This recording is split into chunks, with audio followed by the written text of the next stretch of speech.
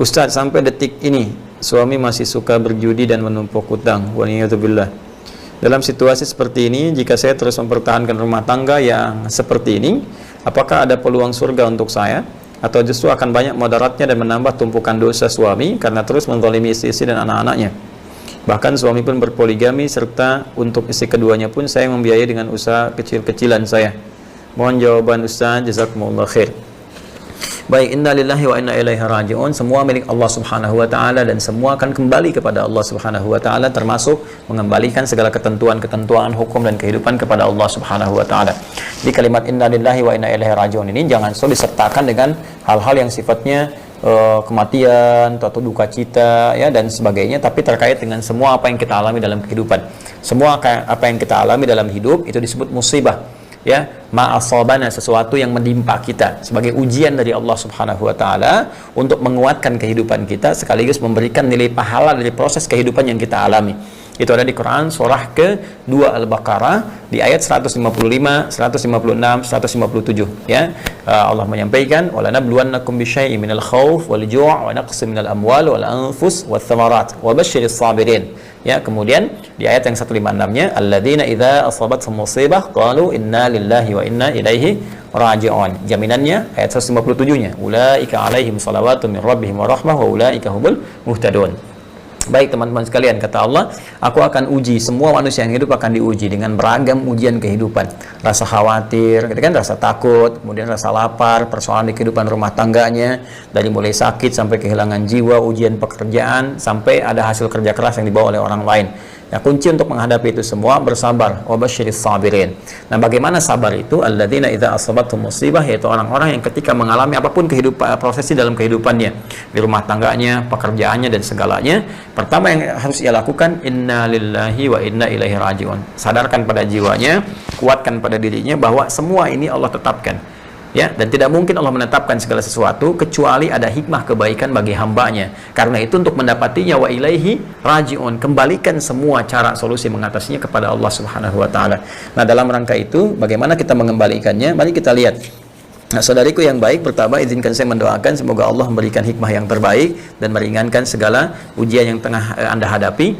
Dan Allah tidak mungkin memberikan ujian pada seorang hamba kecuali dia mampu menjalaninya. Ingat, la yukallifullahu nafsan illa wus'aha. Enggak diujikan kepada orang lain, tapi kepada Anda karena Anda mampu.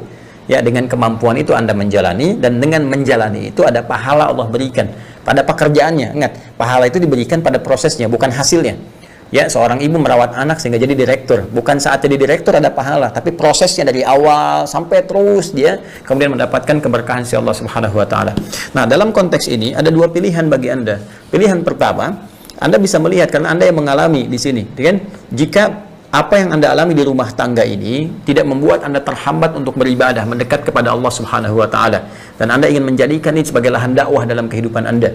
Ya, misalnya salat Anda tidak terganggu di sini, ya, Anda bisa baca Al-Quran, Anda masih bisa mengikuti ta'lim, lalu Anda ingin merubah tipikal suami, mungkin dititipkan kepada Anda oleh Allah subhanahu wa ta'ala supaya Anda memberikan pengaruh-pengaruh baik dalam kehidupannya. Anda bisa mendoakannya dengan lebih dekat, ya, Anda bisa memberikan nasihat dengan cara-cara yang lembut, Anda bisa berdoa kepada Allah subhanahu wa ta'ala dengan mengatakan misalnya, ya Allah, aku bersyukur Engkau titipkan suamiku kepadaku dengan kondisi yang seperti ini, supaya aku bisa banyak berdoa, banyak bermohon, ya Allah, ringankan hisabku di hari kiamat, ya Allah, ringankan bebanku untuk saat ini, berikan aku kemampuan untuk mendakwahinya sebagaimana Engkau telah titipkan kepadaku, jadikan ia orang baik, ya Allah, kuatkan aku untuk bisa mendakwahinya.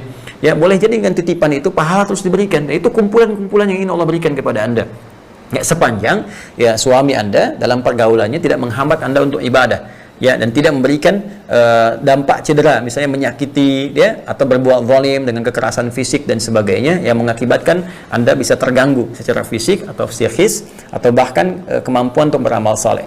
Jika Anda ingin pertahankan dan Anda merasa kuat dengan itu, ya, ada kekuatan seperti Asia berdakwah kepada Firaun misalnya sampai titik puncaknya, ya, dan saya yakin suami Anda bukan Firaun, kan? Pasti ada titik untuk kembali kepada dia untuk tersadari, maka silahkan sampai Anda merasa itu puncaknya. Ya, artinya apa? Anda telah berdoa, Anda telah mensupport misalnya dengan cara yang baik, ya, menunjukkan kepada jalan-jalan kebaikan, kemudian mengarahkan dengan nasihat-nasihat yang baik melalui orang-orang lain misalnya atau sekitarannya. Boleh Anda lakukan. Ya, dan salah satu cara yang terbaiknya bisa Anda amalkan Quran surah keempat An-Nisa di ayat 35. Ya, Quran surah keempat An-Nisa ayat 35, paling kiri di pertengahan di mushaf standar. Wa in khiftum syiqaqa bainihima fab'athu hakaman min ahli wa hakaman min ahliha. Ya, dan jika Anda khawatir ada perpecahan yang sangat serius di rumah tangga, maka Anda bisa utus orang-orang terbaik dari keluarga Anda dan dari keluarga pihak suami. Ya, kemudian dipertemukan, jadi jalan keluar di situ. Ya, jika Anda tidak bisa menghadapnya sendirian, khawatir ada fitnah atau ada macam-macam, Anda sertakan wali terbaik dari keluarga yang paling dekat dari keluarga Anda. Kalau dia nggak bisa dinasihati, langsung dengan keluarganya. Yurida islaha yuwaffiqillahu bainahuma. Jika memang ada niat baik dari suami untuk berubah, untuk jadi lebih baik, Allah akan berikan bimbingan. Tapi kalau dari sini kelihatan tidak ada perubahan misalnya, atau cenderung menzalimi Anda, mengerasi Anda, atau bahkan menghambat Anda untuk ibadah dan memberikan beban lebih daripada apa yang seharusnya Anda lakukan, ya kan ini diminta untuk membiayai dan sebagainya. Kalau itu permintaan dari si suami menuntut Anda bekerja, maka di sini Anda menjadi objek gitu kan, kekerasan dalam rumah tangga dalam konteks ini. Nah, jika ini tidak berhenti, tetap berlanjut, maka ini bisa menjadi jalan untuk menempuh pada aspek yang kedua, yaitu menuju gugatan untuk misalnya mengajukan pelajaran, ya pelajaran yang paling tingkat tertinggi dalam kehidupan berumah tangga, yaitu mengajukan perpisahan. Dalam arti di sini dari pihak istri kepada suami, ini bisa diajukan permohonan dia menalak atau khulu. Kalau dia misalnya tetap bertahan, tidak mau tapi tetap menzalimi Anda, menghambat Anda untuk ibadah, mencegah sholat, mencegah macam-macam, ada yang disebut dengan khulu namanya. Khulu, permohonan kepada hakim untuk memisahkan. Ya, ini bagian yang terakhir. Ya, ini bagian yang terakhir dari perjuangan, itu pun kalau setidaknya ada indikasi-indikasi membahayakan terhadap Anda atau terhadap keimanan Anda. Tapi sepanjang itu tidak ada misalnya, dan Anda masih punya kekuatan untuk mendakwahi, punya semangat untuk merubah dan menerima ini sebagai ujian dari Allah, sebagai titipan sampai saya wafat, mungkin ini tugas bagi saya untuk memperbaiki. Ya, tapi lihat tadi dampaknya tadi. Kalau dampaknya memang tidak ada perubahan tapi cenderung menyakiti, membuat Anda misalnya lebih jauh dari Allah dan sebagainya, maka itu pun tanda yang diberikan oleh Allah. Boleh jadi tugas Anda sampai di situ, tapi indikasinya tadi kumpulkan lagi orang-orang keluarga terdekat, ya, dari pihak Anda, dari pihak suami, supaya tidak ada fitnah bagi Anda di kemudian hari. Ya, ada tuduhan, oh pantas dituduh nanti karena Anda itu pengen begini, Anda kena pengaruh begini, dan tidak ada yang membela Anda pada saat itu. Itulah indahnya Islam. Jadi selalu menyertakan solusi dengan komprehensif, ya. Dan sekali lagi, semoga Allah memudahkan jalan ikhtiar Anda dan beristikharah, ya, tahajud malam, minta kepada Allah petunjuk dan kekuatan sehingga ditunjukkan jalan-jalan yang terbaik. Saya kira itu, saudariku.